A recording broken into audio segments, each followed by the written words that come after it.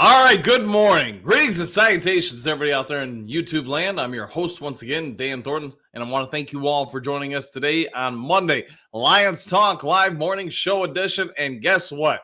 We got the hair-sprayed man himself, Mel Kiper Jr., coming out and giving some thoughts, maybe even a little bit of praise Detroit Lions way, and especially when it comes to Giovanni, Manu, all the things he thinks this guy could be, potentially become. He offers a little bit of thoughts.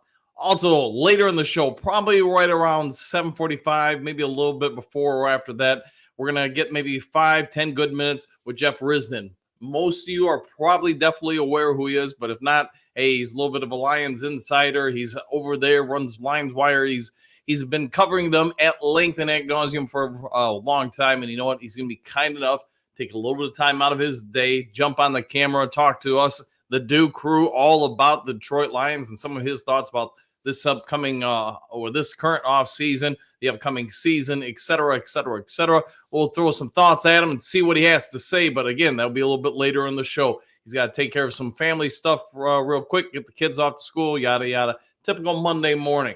All right, before we get into all the stuff that the hair-sprayed one himself, Mel Kiper Jr., had to say about Detroit Lions, maybe a few other topics like Jared Goff. I know a few of you guys asked me yesterday, reached out in some texts and some messages that you were hearing speculation that he was going to sign a 3-year, I think it was a $175 million deal.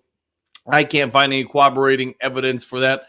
But if it's out there, by all means, if you guys got something, throw it in the comments section, send me a text, whatever you got to do, get it over to me. All right, so if you haven't yet subscribed to Lions Talk Live, please consider doing so. We're about 100 subs, 95 subs, somewhere around there, from hitting 6,700. And man, what a milestone that would be. So if you could help out with that, that would be great. Also, if you enjoy the content within the video or the other videos on Lions Talk Live, don't be afraid to leave a thumbs up. That helps the show out, I'm sure, as you know, exponentially. Helps out more and more people from a wider base find and discover Lions Talk Live.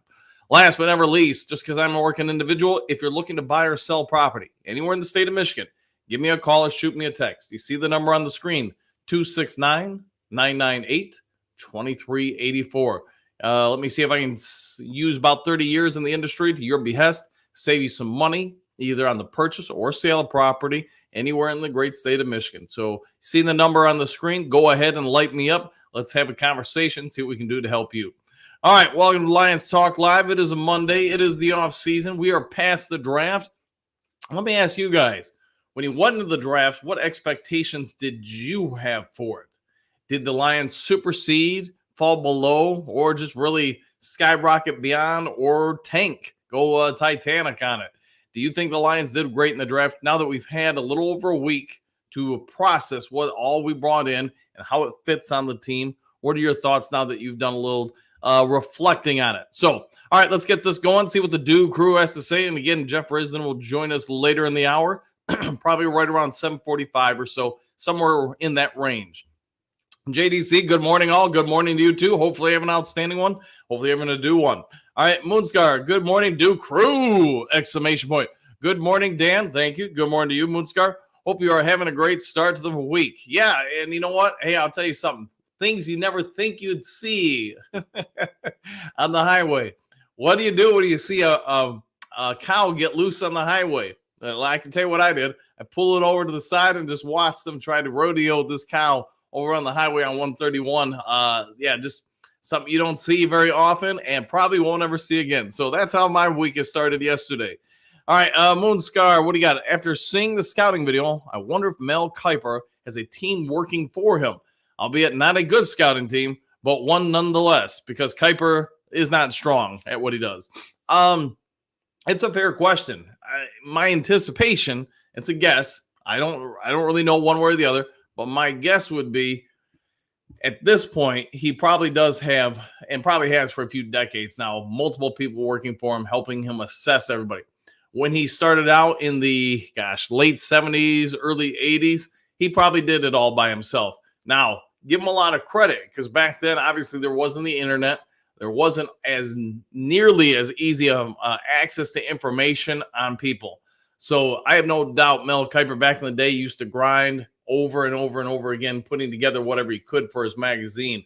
And it did very well for decades. But as we're all grossly aware, the NFL draft has become a spectacle. It has become an event. I mean, just look at what happened in Detroit I guess 2 weekends ago.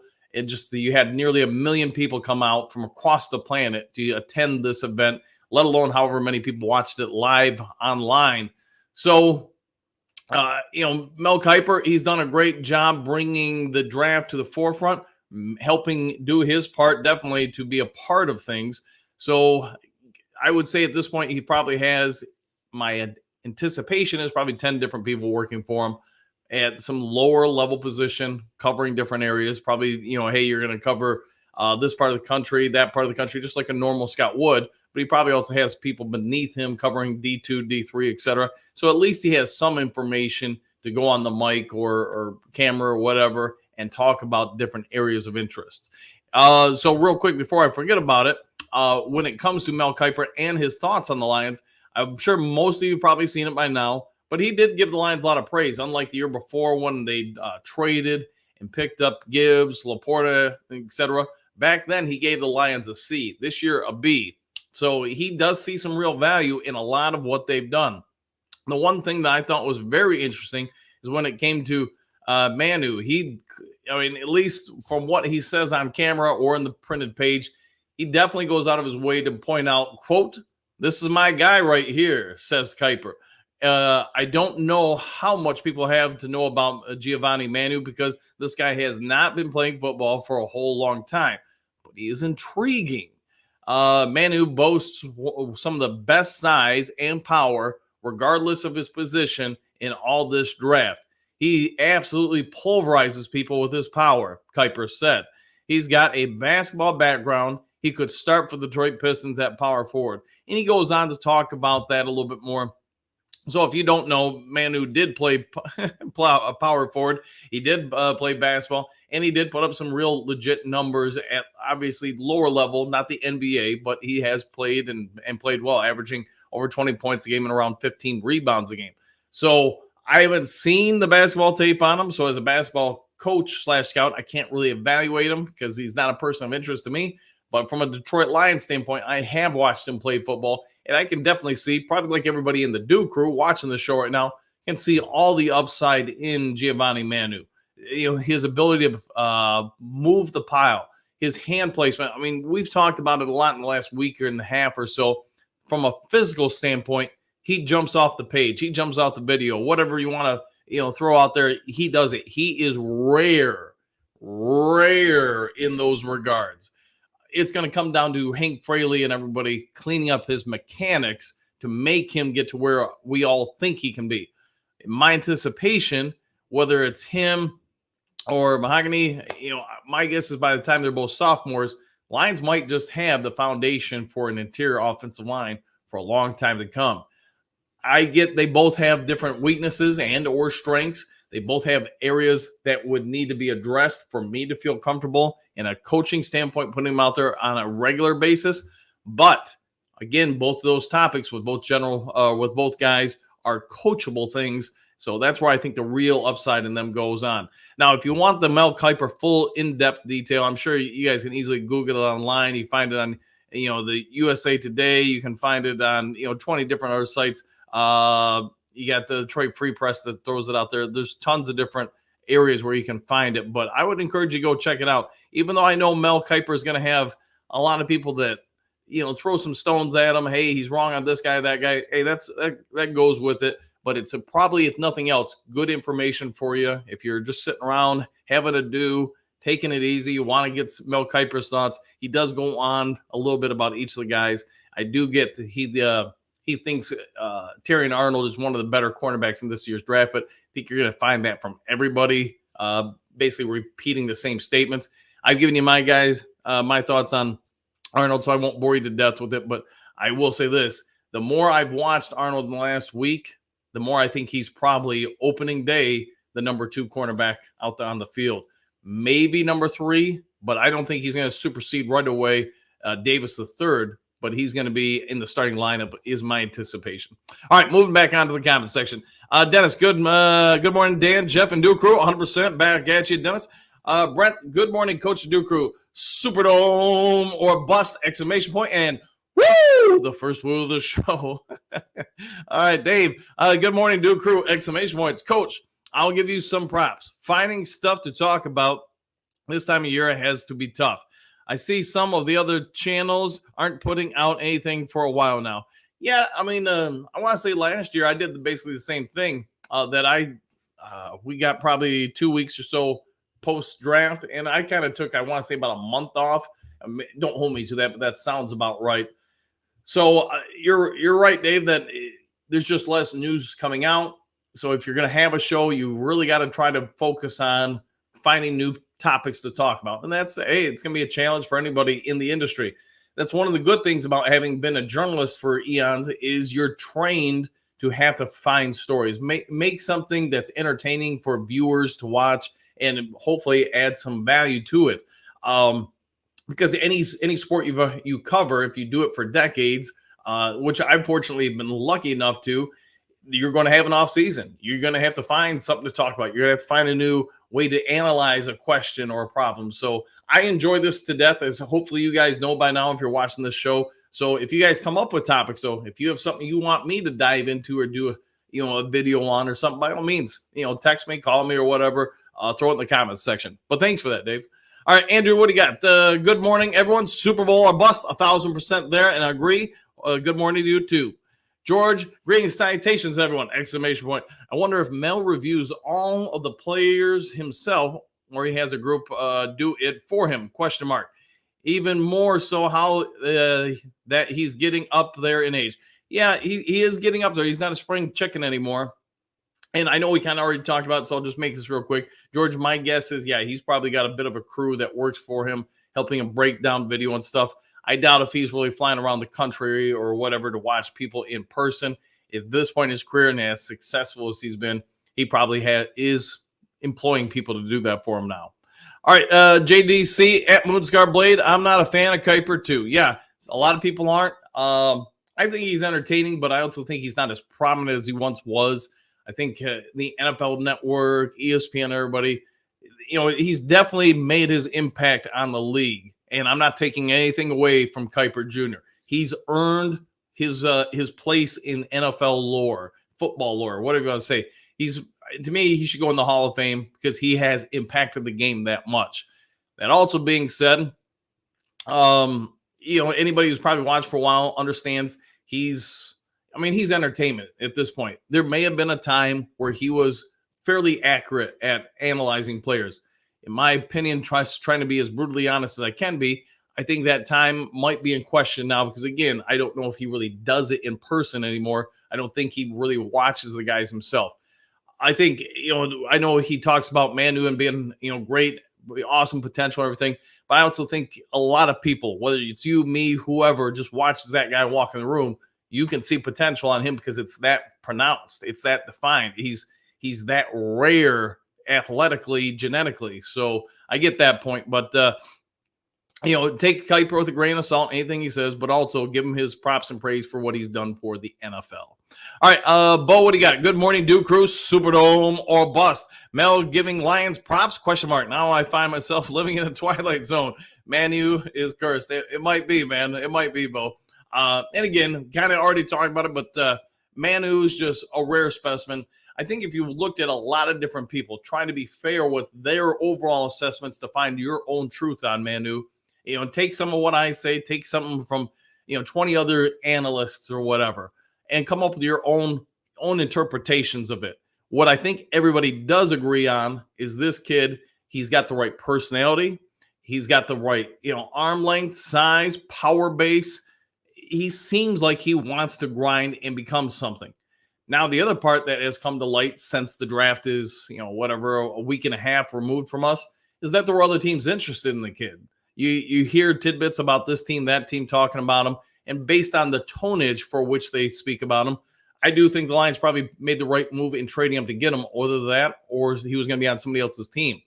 A lot of times in the draft, in my opinion, whether it's NHL, NBL, soccer, basketball, football, whatever, it ultimately comes down to, it doesn't matter what you think the value of a player is, or me, or anybody else. It's what you're willing to pay to acquire said asset versus do you want that asset on somebody else's team. Terrion Arnold, I believe, and I've said this before, I think he was the number 10 best football player in this draft. That's based on my rankings, yada, yada, yada. I think the Lions got tremendous value there. Same with Rakestraw. I think both players off the chart, huge return on investment there. Manu, since we're talking about him right now, I'm going to go on a limb, and it's probably a thin one at that, and say there was probably 3 or 4, maybe more other teams that were about ready to pull the trigger on him. Detroit just leapfrogged them. So I'm guessing, and that's all it is a guess, that when you get to year 3 with Manu, probably Mahogany, they're both starting NFL interior offensive linemen. Maybe there's a case where Manu plays right tackle and Panay Sewell in 2-3 years moves over to the left side. We'll wait and see with that in time. I have no idea if that's going to happen. I'm speculating. But either way, you got some real good young players that are being developed by one of the NFL's best offensive line coaches around. And maybe Scoresdale can be thrown in that mix too. Which case the Lions have a real strong base for their offensive line. We can all probably agree Mel Kiper and other draft pundits were probably right about those picks. Now, if 1 or 2 of them flame out, then obviously Mel Kiper and myself, other people were wrong on them. So, all right, moving on. JDC, Kiper is a human such as ourselves. He is, at least last time we checked, although with that hair, he could be an extra from Men in Black, man. So, hey, just the food for thought. And I do love the original one of those movies. All right, Big Eddie, greetings, salutations, do crew, exclamation point. I've seen a lot of draft experts give their thoughts on our draft. Some have even slammed it. I just remind myself of the grades the, quote, experts gave us last year. Coach, what is your grade? So, yeah, last year, we all know the story. Everybody out there in the grading nation gave the Lions a low grade. For this year, I'm going to give us a solid B+. And that's after reviewing a week removed and everything from the draft. I think Arnold is just a slam dunk. Same with Rakestraw. Now I think everybody else becomes developmental. And there's nothing wrong with that. Just I'm not anticipating immediate impacts or return on investment from them. My opinion is that just about everybody drafted this year outside the top 2 corners are probably going to need a season, maybe 2, to really get their feet under them, get their mechanics cleaned up, and then there'll be a good sound investment. I would place this year's draft very similar to our very first draft. I think the vast majority of the players on this team will ultimately become players in the NFL and impactful players. Doesn't mean they're going to be all pro, all world, or whatever, but they're going to make a difference in the NFL. It's just going to take time. So that's my overall thoughts on that, Big Eddie. All right, JDC, X has been spurt a little drip. All right, fair enough. All right, Ed, good morning, everyone. Nice to be back. Well, nice to have you back, and hey, glad you could be here on the show. Dave, Lions acquire edge. Isaiah, boy, I'm going to kill the last name, paid him $35,000. What do you think of him? I haven't watched enough on him to be fair, Dave, to give you a yes or no or a left or right on him. It's just my anticipation is I get he's probably a good video guy. So I could probably put out a video, or other people could put out videos on him and talk him up. What I do know of him, I like his leg length and his arm length. I think he's got good bases there. From the little video I've watched on him, I wonder about some of his power base. So is he going to be able to shed enough blocks from starting offensive linemen in the NFL to make an impact? Start with that. My answer right now is no. I think he's going to be able to, on an average NFL offensive lineman, is going to be able to hold him up and keep him at bay. Now, does he have some speed? Yes. Does he have some agility? Yes. And to me, the problem with him is going to be his, like I said, his power base.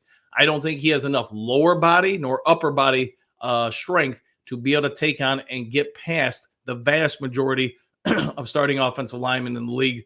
Excuse me. Sorry about that. I had to clear my throat. And that's where I think now he's going to struggle. Now, in time, can he develop more? Sure. If he makes the roster, he's going to have a lot of people working with him on dietary concerns, protein intake, all that stuff, plus time in the weight room to try to correct some of that. Is that going to happen in one season? I would not anticipate that happening. But if he makes the 53-man roster, heck, if he even makes the practice squad, that's a heck of a start for them, because at that point, teams are really going to start investing more and more into them to try to get those things corrected. It's sort of like a day where I was talking about with Manu and Mahogany and a lot of guys on this year who were drafted. I think most of them are project players, but project players with strong bases that you can build around. And I think he's one of them too. He fits that mold exponentially. So you heard my thoughts. Let's if you got other ones, by all means, Dave, or anybody else, throw them at me. Bo, my scouts say grade the graders. probably a good move there. Hookadoo. Let's see. What do you got? Good morning, Dan and Do Crew. And what is the word of the day? It's woo! There you go. And good morning to you, my friend. Ed, I am so tired of people pretending like the Lions also didn't get better. Yeah, it is kind of funny how people jump out and say, well, this team did this team did that. I would counter that. It sounds like with you, Ed, that the Lions are arguably the most improved team this offseason, just at what they've done. And the difference is the Lions were already one of the better teams in the league. I would say before the offseason, I would have put them as anywhere from number 2 to number 5. I mean, somewhere in that range. I won't say they were number 1 because they didn't win the Super Bowl, but they're in the conversation for it. Now, with what they've done to fix their few weaknesses in this or from last season, excuse me, now I think the conversation gets a lot more interesting. You look at the depth of the offensive line. It's either as good as it was last year, maybe slightly better or slightly below, but you're talking really a game of inches there. Quarterback position, same. Wide receivers, okay, yeah, I get we lost Josh Reynolds, but I'm not 100% sure that we haven't either maintained or maybe only taken a slight step back. We'll have to wait and see in time if we've improved. The tight end room, same. So I'm not going to say it's gotten better or worse. It's the same. Offensive line, that's where I think it gets interesting, that there is at least some evidence that we're going to be significantly better next year than we were this year. That's going to be a big issue for me or a big topic, I should say, for me, because the games we lost last year, in my opinion, it's because the offensive line was pretty beat up those games. If you have better depth going into next season in those same games, I'm not so sure the Lions would have lost most of them. I mean, you're always going to lose some games, sure. But look at the few games we lost last year. I think with this upcoming season's offensive line and the depth we potentially have, we might have not have lost as many last year. Now, okay, defensive line, I think we all agree that's probably better, especially just with DJ Reader. You could make the argument with some of the other guys we brought in, Davenport, et cetera, a healthy Houston back. That's better than it was last year. Linebacker core, trying to speed this up here, man. Probably about the same. But now the secondary, the big weakness. I can remember after post-game show, after post-game show, after post-game show, people in the Do Crew talking about, man, this, Aaron Glenn's terrible. The secondary is terrible. Everything needs to be fired, gone, because Nick Mullins threw for 4 billion yards on us, or some other quarterback did. Now, the good part about that is this secondary at least appears to be massively better than it was last year. Aaron Glenn now has probably a little bit more wisdom, a little bit more experience, and a whole lot more parts to work with to make this defense better, along with the defensive front. So it's my guess that the Lions are one of the best or most improved teams this offseason. You guys, if you have different thoughts, by all means, throw it out there. Let me hear it or whatever. But that's where I'm going with it. Ed, I'm with you, and I know I probably preached too long on this topic, but I do think we're the, if not the number 1 most improved team this offseason, then we're in the top 4. All right, Jess, good morning. Any updates on Goff signing? ? Seen stuff on Facebook yesterday. No, I know a bunch of you guys messaged me about that. So something clearly was going around social media about Goff signing. I just have not heard anything about it. So it'd be news to me, at least at this point, especially since you guys were saying it was out there yesterday. It feels like it would have been across all the media platforms, whether, journalistic responsibilities, ESPN or whoever by this point. All right, Bo, woo! Good morning to you too. Ed, a lot of Bears fans think they are Super Bowl bound and they are in for a rude awakening. No, I would agree with that, man. I get if you're a fan of the Bears, you're as excited as you can be and probably have been in some time because you got so many new toys, new weapons. Hey, you got the promise of Caleb Williams. Being a USC fan, I've grown up, or I shouldn't say grown up, but I've watched him for years now. And I think there's a lot of good about him. I think a lot of what they've done in the offseason is very, very strong, very good. Now, when I take all that into consideration, though, I still have some real weakness or worries about their offensive line and a rookie quarterback going out there trying to be the savior.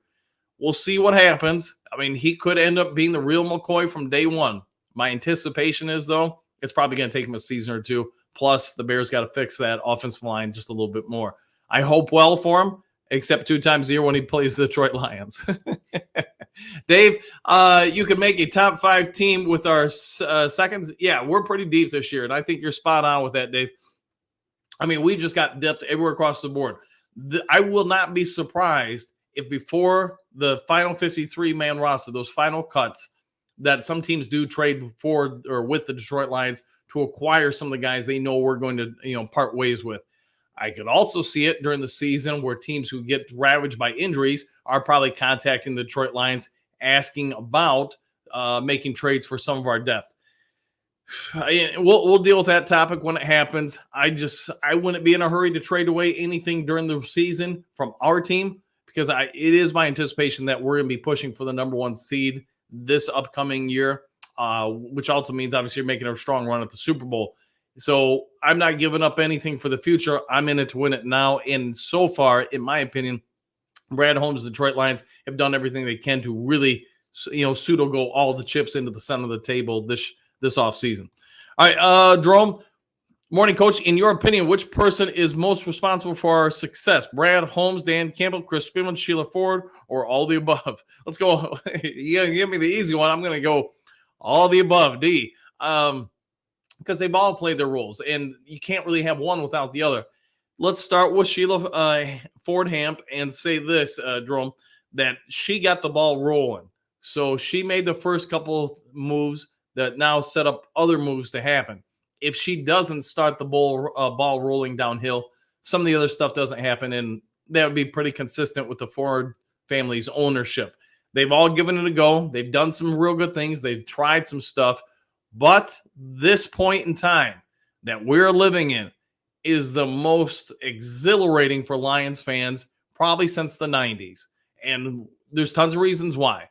Brad Holmes has been a chef's kiss to general manager, play, organization, whatever you want to say, throughout his tenure here. Chris Spielman, we're probably not grossly aware of all the things he does behind the scenes, but you hear a little bit from coaches. You hear a little bit from Brad Holmes. You hear a little bit from Sheila. You hear a little bit from the players.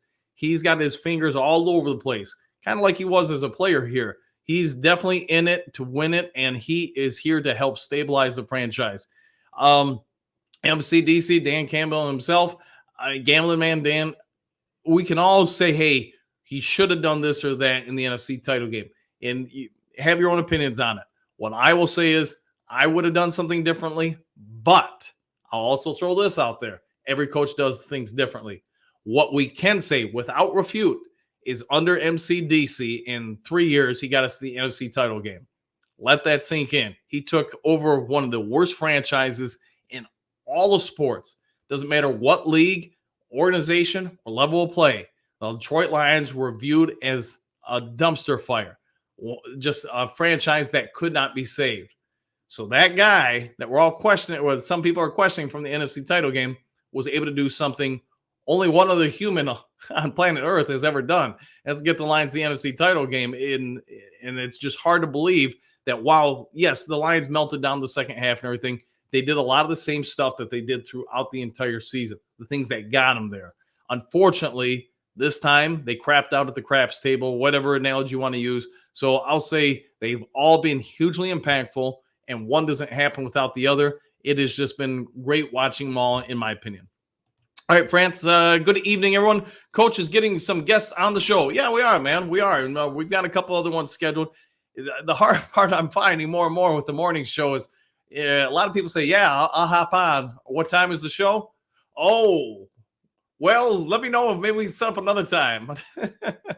So that's the tough part. And I get it, man. People have their morning routines. They have their work responsibilities, the real life stuff. So just like with Jeff Risdon, who's going to try to come on today, he's got to get his kids to school and all that stuff. So I get it, man. You gotta do the more important stuff before you can do the fun stuff. So so we've got some other ones I'm trying to work out, trying to reach out to Dave Burkett, reached out to Terry Foster, two gentlemen I got to work with quite a bit during the day, probably more Terry Foster than anybody else, just because he would cover the Lions so much during the 80s and 90s that a lot of times we'd bump in at the elevator at Ford Field or even in the press box at the Silverdome and stuff like that. So I'm going to see if I can get him on.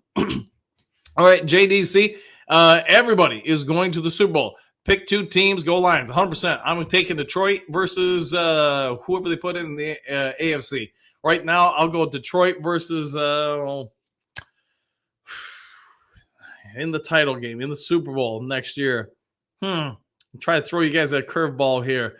And I haven't had a do yet this morning. Let's go Detroit versus the Texans in the Super Bowl this year. Let's see if it happens. All right, just like I've got my two teams picked, JDC. Fair enough. Bo, Risdon, Wisdom today. Yes, we'll see if he hops on here. And again, he sounds like it would be around 7:45, at least somewhere in that vicinity. I already sent him the link. He'll hop on whenever he can. Moonscar, is Coach Dan slowly revealing his sources? Inquiring do minds want to know. Question! Exclamation point. Stay tuned.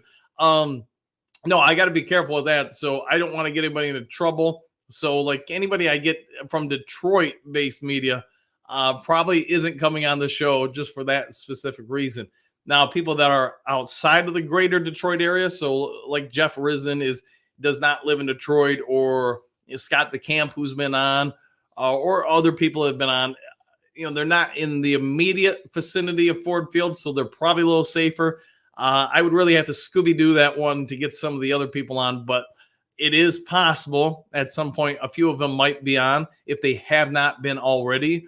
And yeah, obviously I'm not going to announce it, so we'll just have fun with it and let you guys speculate.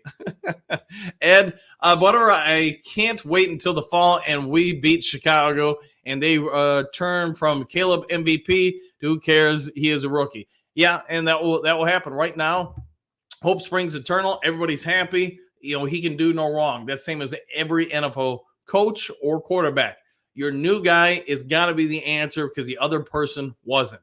And that's just part of it. It's probably never going to change in that regard. Once he starts getting exposed a little bit for rookie weaknesses, you really probably the realistic expectation for Caleb Williams is twofold the first month of the season. One, he's going to get lit up by things he hasn't seen before. The other part is people don't have enough game tape on him at this level. So any kind of plays they've set up for his specific strengths, those will have a higher opportunity to work in the first month. After that, you've got a few games to marinate on his strengths and weaknesses, what he's showing you he does well, what he doesn't do well. Most defensive coordinators will make some adjustments and try to use those videos or that film against him.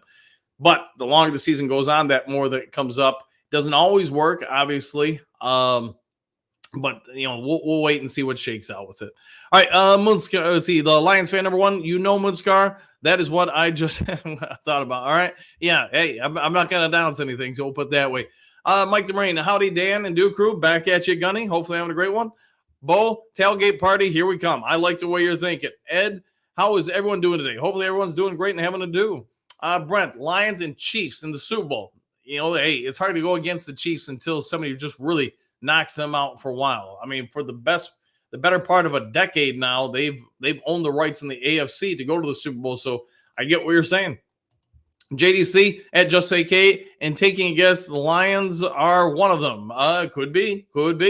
Let's see, Ed, which of these week one matchups would you like the most? Chicago versus Minnesota, at Indy, or versus Tampa Bay? Or let's go with at Chicago, Ed, just to get it out of the way early in the season when realistically the weather's better, all that stuff. Plus if you could get the Caleb Williams week one, you probably catch him quite not got his feet underneath him yet in the NFL. You might be able to get away with some things, especially since you have everything returning as far as offense coordinator, defense coordinator, the vast majority of the players. You're going to have a level or a layer of familiarity, which most other teams aren't at the week one level because they're going to be bringing in new players or OCs, DCs, HCs, etc. All right, Ed, what excites me the most is that none of our young players have hit their prime, and we are already having success. When they hit their primes, that season will be legendary. No, I agree that really Panay, Amon-Ra, St. Brown, they're as close to hitting their prime, and they're not even quite there yet. I mean, Panay Sewell is still incredibly young, and he's been in the league now. This would be his fourth year. I want to say he's only 22 currently. Maybe he's 23. I don't really remember offhand, but you guys get it, man. You're 100% right, Ed. This team should only get better with some of these younger players developing more and more. Yeah, the future is bright.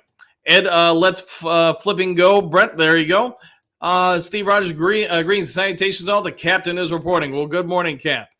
Ed O'Neill, can I be honest? ? I'd rather play another team who hasn't won the Super Bowl. That way, if we lose, at least it went to a team that hasn't won it. X. Hey, I've said this before on the show. As long as we make the show or the big dance, the Super Bowl, I'm going to be pretty happy. I'm going to be real happy. Hold on a second, guys. Just got to turn some stuff on here because I see our guest has arrived. Jeff, how you doing this morning? I'm good. How you doing? Just out here with the Duke crew, talking a little bit about the Lions' upcoming season. Maybe Mel Kiper and his thoughts on Manu, some of the potential he sees with them. So, Jeff, real quick, before we get going to some questions and answers, why don't you tell everybody a little bit about yourself? I get you're a living legend. I get everybody knows who you are, but there may be one or two people on planet Earth who are unaware. So, yeah, I'm Jeff Risdon. I'm the managing editor for Lions Wire and Draft Wire at USA Today. You probably hear me on the Huge Show and some other places. I'm just out and around. I've been a Lions fan for a very, very, really long time. Let's talk some ball, man. Let's go. Fair enough. So let's start off with, just because it was so recent, let's talk about the Detroit Lions draft. We get the last few seasons, the Lions have had some mixed grades from any of the analysts that are going to go out there and grade us. But when you review what they did this year, what are your overall thoughts on it? I like the fact that they addressed long-term rather than short-term. And it's something that we've talked about, in a lot of different venues, is that we got to change our mindset as Lions fans. We don't need our third-round pick to start this year. We need him to start in 2025. We need him to be a backup this year. And I think the strategy for that, I think I love the fact that the Lions are going for that. The Brad Holmes and Dan Campbell have, created that level of a roster where, like, Terry Arnold will start. He's going to be great. I love that guy. He's going to be so good. But they also drafted a guy in Ennis Rackstraw who could start in 2025, who could play significant minutes this year if we need him to.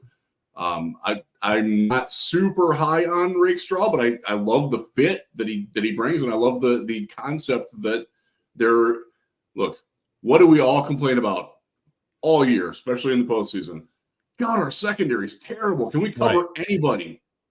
They went out and they drafted two of the best cover guys in college football. It's hard to complain about that. No, I'm with you there. Before you hopped on, we were talking about some of Kiper's thoughts and reviews on the draft. We're talking about, it's my guess that you're going to see the top two guys, the corners, get some meaningful minutes this year. Now, my anticipation is from watching Arnold, he's going to be the number 3 or 2 guy, probably on the depth chart. Rackstraw, wait and see, especially with some of the other guys, how they come around. But beyond that, we were talking about how everybody seems to be a project or developmental piece. So I think most people are aware of Giovanni Manu at this point, and talk about what you see with him. Because what I see a guy that's got all the potential in the world. He just needs to be taught something. My God, to move the way he does at his size. And I'm like everybody else. I've only seen the highlight clip of him. Actually, I got some BC University of British Columbia film over the weekend. I haven't watched it yet. That's on the to-do list for this week. But he's 352 pounds and he looks like he's like shredded. Like, how does that happen? That's not human. And I'm very excited about the potential that he brings. But I did talk to a CFL scout who knew who he was and had been actually seen him play in person. He's like, he's not playing in 2024. Just don't even think about that. He wouldn't have played in the CFL in 2024. He's just that raw. Right. So temper the expectations, but long term, man, like And you talk about, developmental prospect. That's one of the keys for what this Lions team is. They have coaches that can develop. Not a lot of teams have that. Not a lot of Lions have had that. We're not used to that. Did Bob Quinn ever develop anybody? Did the Martin Mayhew crew ever develop anybody? That's like, I generally like Jim Schwartz. Player development, nah, not what he was doing. So I'm very excited that the fact that they're playing to their own strengths. They know that they have coaches that can bring along talent and develop it. Hank Fraley is one of the best offensive line coaches in the league. He calls himself a teacher more than a coach, and I think that's a great way to approach having a guy like Manu, who's, the athletic potential is just mind-blowing. Let's hope he comes anywhere close to achieving any of it, and the Lions will have at least their top backup lineman for a long time, and they need that. The biggest need on this offense going into this offseason, offensive line depth, man. You got your starting five. After that, damn Skipper, okay, maybe. Right. They had to get it, and they got it. Right.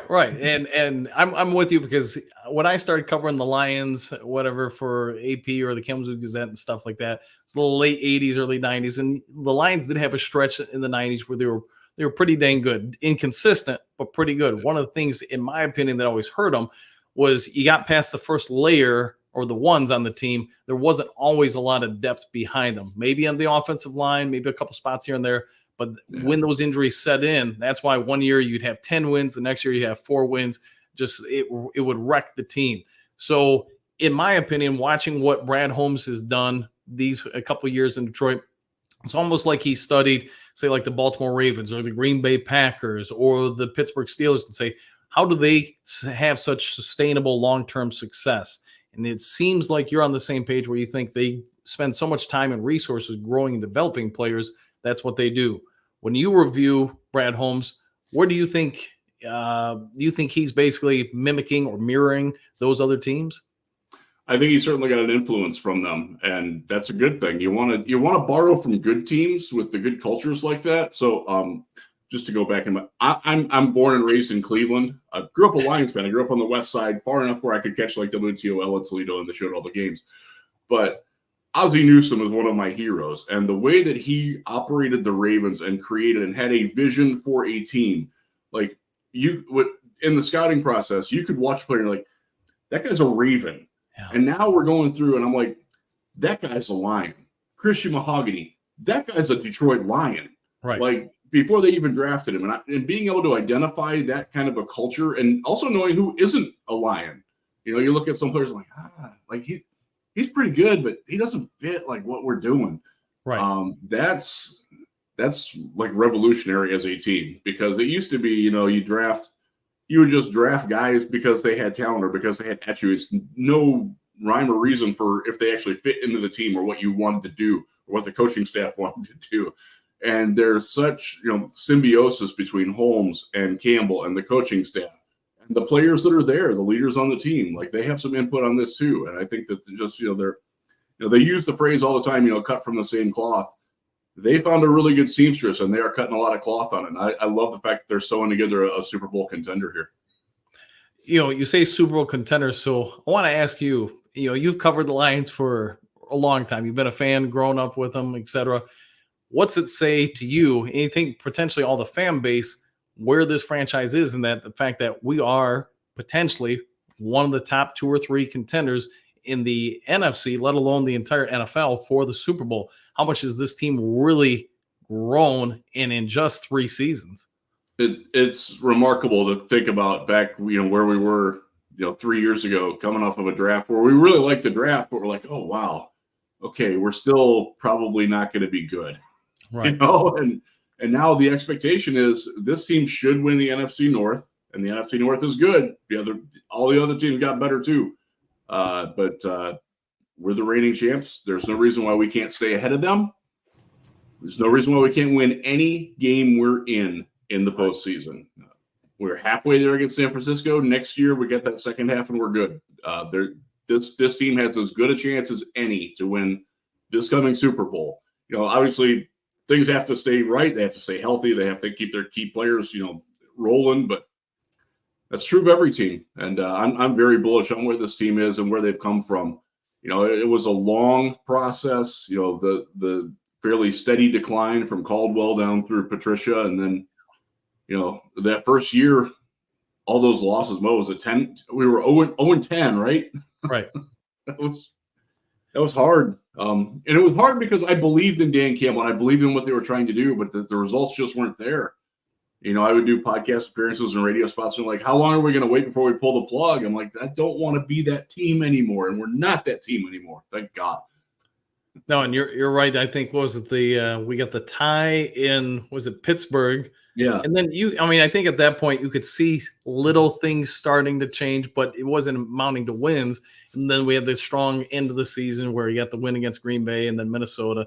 But then the following season comes and we start off 1-5 or whatever it was. Yeah. There were a lot of people calling for heads at that point that this just wasn't working. MCDC's a meathead or whatever. In your opinion, how close was the regime to actually maybe pulling the trigger on things? I don't think they were at all. I think Sheila Hamp deserves a lot of credit for having a vision and sticking to it and understanding just how drastic the times were.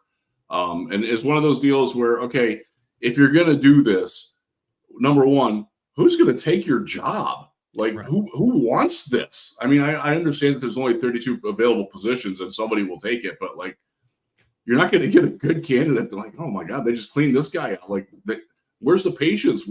Do they not know that they're terrible? Like that they're coming from like the bottom of the league. So I think that was a very important move by Sheila when she gave them that public vote of confidence, and she meant it, and they knew that she meant it. And I think that was very big because that's not something that this organization has done in the past.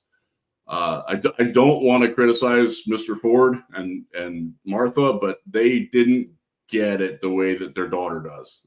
Sheila is running a great show. She is competitive. She understands what she doesn't understand. And I think that's a key to having success in surrounding people that believe in it and believe in her vision and can help her achieve it. She's whip smart on that, man. And that's exactly what we needed in this town. No, I think you're spot on. Her dad, I never met the mother, but the dad, just super nice guy, but also incredibly to a fault patient with people because he would just let people stick around. Hey, they're going to get it. They're going to get it. And obviously Lions fans know a lot of them didn't get it. I had a question for you. How much credit does Peyton Manning and Jeff Daniels get for removing the curse from the Ford family or from the Detroit Lions? They probably get a little bit. I mean, it was a fun little diversion to take away from, like, oh my God, we're still not doing what we're doing. But they, I enjoy stuff like that. It was cool to see. And, Jeff Daniels being, who he is. And I loved it. And give him a little bit of credit because, you never know, man. You never know where those demons tend to get exercised from. All right, so now that we've gone through the offseason in earnest, you've had free agency, you've had the draft. You look at the team that left the NFC title game on a loss in San Francisco and the team that we potentially have on paper now. Are there any real still areas of concern for you as somebody who analyzes this team on a daily basis? Yeah, the secondary, just to see how it comes together. I mean, we've got a new cornerbacks coach in Deshae Townsend, who I like, I trust. I know Deshae a little bit from back in the day. I think he'll do a pretty good job, but they still have to make all those pieces fit. They brought in a lot of talent at cornerback. They've sort of ignored safety to this point, and I do worry some about Kirby Joseph, who's hurt a lot, and if you have to Malifanu, who's hurt a lot. There's not depth behind them. I would like to see somebody get added there because if either one of them goes down, then you're moving Brian Branch around, then you're moving, and there's all kinds of moving pieces and parts, and that's not how you build a good secondary. Continuity is important. So I would still like to see them add something there. There's not a lot out there in free agency, unfortunately, but just getting somebody in who's capable of playing a half if you need them to. I would like to see that come in and just overall depth and health. I mean, you can never have too much depth on your offensive line, and right now I don't think they do. Wide receivers, I'm a JMO guy. I think he's going to be wide receiver too, and I think we're all going to be very happy about that. But we don't know that that's going to happen. There's not really a lot of insurance or a safety net behind that, and there's a lot of fans that would like to get one, and I'm not opposed to that. I don't think we'll need it, but it's nice to have. No, I've been speculating since the draft. I almost wonder if they're going quote unquote positionless in the secondary with Detroit Lions. It could be. Arnold Rakestraw. In college, they both have played corner and safety. We all know Branch can play both. If he's played both, I've been wondering. It seems like when Aaron Glenn, they made the big run from 1-6 or 5 or whatever to the end of the season, he basically just said, we can't stop everybody. We're just going to go man press across the board, and you're going to have to consistently throw into tight windows without any errors. Last year at Denver, or excuse me, when Denver came here, they seemed to go back to that. Do you think it's potential they didn't go out and add anything more to the defensive line as far as edge rusher, because they are going to rely on the front 6 or 7 to blitz so much? Yeah, and I do think that they're going to continue to bring that pressure. I think they realized that both Alex Anzalone and Jack Campbell are pretty good blitzers. And, Derek Barnes being a pass rusher the way he was at Purdue, they've got some options with doing that. Iffy blitzing out of the slot, my goodness. We found something he's incredible at. That's awesome. Let's keep doing that. Let's be uncomfortable. Let's make that offensive line worry. Let's make that quarterback think, instead of like deciphering the secondary so much and like where the weak spot is. Like, oh, I got to worry about the rush. Like, what do I have to do? Is my center right with his, like, it changes the fundamental process of playing offense against the Lions when you don't have a great amount of talent. And I do think the Lions have probably middle of the pack, maybe a little bit above middle of the pack talent overall on defense. Hutchinson is fantastic. Aleem, DJ Reader is going to be a lot of fun. I think fans are really going to like him when they see him. But you've got to do some things to disrupt the offense. And I think that Aaron Glenn knows how to do that. I think he's got some personnel that can do it. And I would love to see them continue to do that, mix and match things. Like, where'd that guy come from? How do you get to the quarterback so fast? That I want to see more of that instead of just the straight. Let's just attack. Let's hope that somebody wins an assignment. Right. Let's force the other team to try to win some assignments instead of just doing it ourselves. And I think it's a fundamental mind shift. It seems like a little semantic gimmick kind of, but it works, man. Anybody who's played sports knows when you're making the other team worry about what you're doing, that's a huge advantage for you. And the Lions didn't really do that all that well. Well, they have at times on defense, but they need to do that more consistently. And I think with the personnel that they have and with Aaron Glenn's mindset the way it is, I would love to see more of that. Yeah, I'm with you.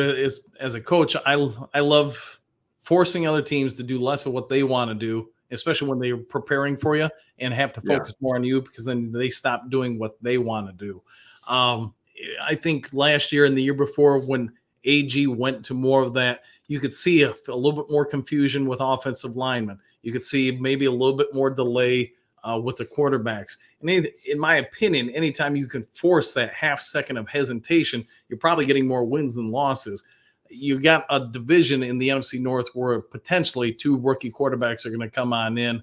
And then Jordan Love, while he's not a rookie, I think the later the season went on, you could see defensive coordinators, especially in the postseason, figure out a little bit more what he's not yet great at and use that against him. I thought the 49ers did a great job with it. And go ahead. That's where you go with it. With all that youth that's in this division, creating chaos is a great way. Make them unsure. Make JJ McCarthy think like, oh crap, what's going to happen? Like, I don't know what's going to happen here with the defense. That Caleb Williams, he will get some runs. That's what he's going to do. He's also going to miss some screen passes and being more disruptive, making more confusion. That's how you win these games. And the Lions have the upper hand on that, and I hope that they continue to keep that. Right. All right. So when it comes to the Lions, as far as next year, in just the NFC North, where do you think teams stack up as far as Green Bay, Chicago, or Minnesota with Detroit coming into this next season? That's a good question. It's something that we've been tossing around on the work discussion side, because I'm pretty good friends with our Packers wire guy, and we're like, they're good. Like, don't disrespect the Packers. That's a good football team, but we're better. And I think that they're probably second. They should make the playoffs again. I like what Chicago has done in general. I'm not a Caleb Williams believer yet. I need to see it happen in the NFL before it works. But man, the rest of their draft last year looks pretty darn good. Like they're coming. They're not there yet. And Minnesota, man, I don't know what to make of the Vikings. Like they probably could be good. I can also see them being like the best last place team in football. Yeah. I don't think that they're quite there yet. Between having the rookie quarterback and everything being put on him, their pass rush. Although I do like that they got Dallas Turner, like a good pick for them. But there's vulnerabilities there with Minnesota that I think can be exploited by all three of the other teams. I think that puts them in the basement. But Detroit's gonna have to go out and win it because the Packers that's a really good football team right there. They should be proud of where they are and contending. And if they want to say that they're coming to knock us off, that's great. Good luck. You're going to need it. If you're the NFL, knowing Detroit had, we're going to play Dallas, we're going to play 49ers, those games drew in a lot of eyes. And with the Dallas game, maybe even a lot of, I guess you could say, bulletin board material for the next week. Hey, we reported, he didn't report or whatever. Week 1 of the NFL season, do you think the NFL tries to make a push to get the Detroit Lions against one of those two teams in a primetime slot? It makes a lot of sense. I'll give you another one, though. The Houston Texans are also on the schedule, and that was sort of an up-and-coming team last year. C.J. Stroud, one of the brightest young stars in the game. It's AFC versus NFC that you tend to like to not have the divisional games and the conference games that mean something so much. That's, the way that they opened with Kansas City last year. Right. And that game delivered. I could see the Texans also being involved in that, but Dallas would be a lot of fun. I don't think that Dallas is going to be as good as they were. I think they've sort of fallen off. So by the way, that's a team that's sort of reshuffling things on the offensive line. You want to catch them early. Right. So maybe Dallas would be a pretty good week 1 opponent. I think that would be a nice way to start out with a win over Dallas. That would shut a lot of people up too. That'd be nice. All right, just because we're getting up on the hour here, one last question for you. When you look at the NFC, where do you put the Lions in your rankings for the contenders to potentially win this thing and push into the Super Bowl? If San Francisco is 1, then the Lions are 1B. Like they are right there. There's no reason that they can't be better than them. I think they're better than Philly. They're better than Dallas. They're better than whoever's comes out of the South.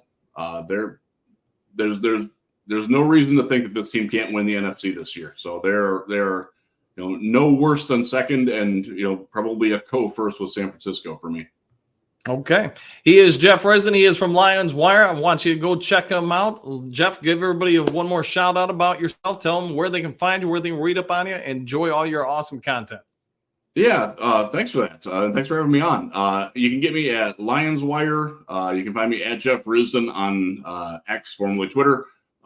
Tending not to be on there so much anymore, but I still, get stuff out there. If we want to have a conversation, that's a great place to do it. You can find it at USA Today, thewiresites.com, DraftWire, have all kinds of draft stuff. I actually have stuff that I'm doing today. I'm starting to work on 2025 draft picks today. So I got a week off. No rest for the wicked, man. All right. Well, Jeff, I want to, again, thank you for making a little time out of your morning. Come join us in the Do Crew. Everybody out there, if there's any kind of breaking news later today, of course, I'll get on the mic and get to you as quick as possible. Take care. Enjoy the rest of your day. And we'll see you all in the next Lions Talk Live. Take care, everybody.